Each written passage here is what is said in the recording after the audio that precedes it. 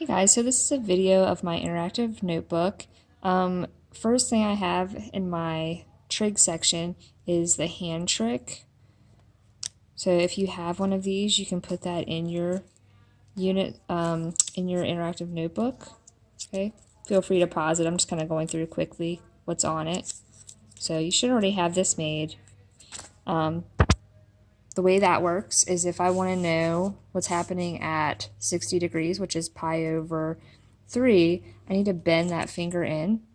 And then that tells me that that coordinate point is 1/2 because your palm is a 2. So it goes 1/2 and then radical 3 over 2. And that works for each finger. So if I want to do 45, which is pi over 4, it's radical 2 over 2, radical 2 over 2. So that's basically your unit circle there.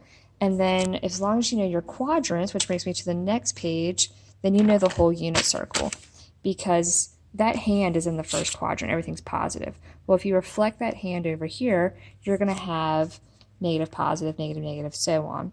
Okay? So make sure you know your quadrants. You want to know that sine, cosine, tangent, yx, yx, and then these are the reciprocal functions. On your unit circle, remember everything here was, all the numerators were 1, and there's that pattern of 6, 4, 3, 3, 4, 6. 6, 4, 3, 3, 4, 6. When you go around the unit circle, those are your denominators.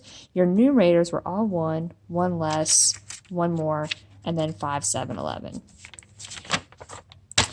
Okay, so another thing that we have in our pre-calc section is our limits page. Yours is probably going to look very different because I changed it up this year, but you should have something like this where it's flapping, opening, and something like that.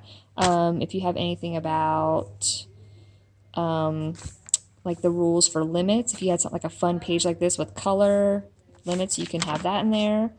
I'm not sure if we did this one or not, but if you wanted to have your exponent rules, especially with like E stuff, that would be a good idea. This is more of an algebra kind of topic, so if you are categorizing yours by algebra, pre-calc, calculus, this is what I would call algebra. So if you don't remember your exponent rules, I have the product rule, multiplication, quotient, negative, and 0. Okay, so feel free to pause if you're wanting to copy any of that. If you think you already know that and you don't need it, that's fine. I remember we did this page in some of my classes. This is the flower power with roots on the bottom.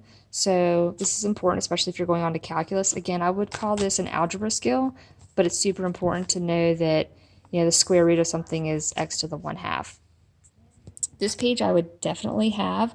I remember some of my classes chose not to do this one, so if you want to make something like this, that's fine.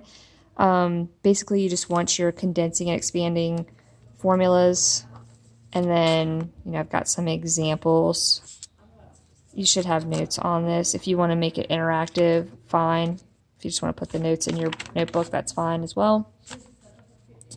This is some examples of how to that blah to the blah equals blah thing.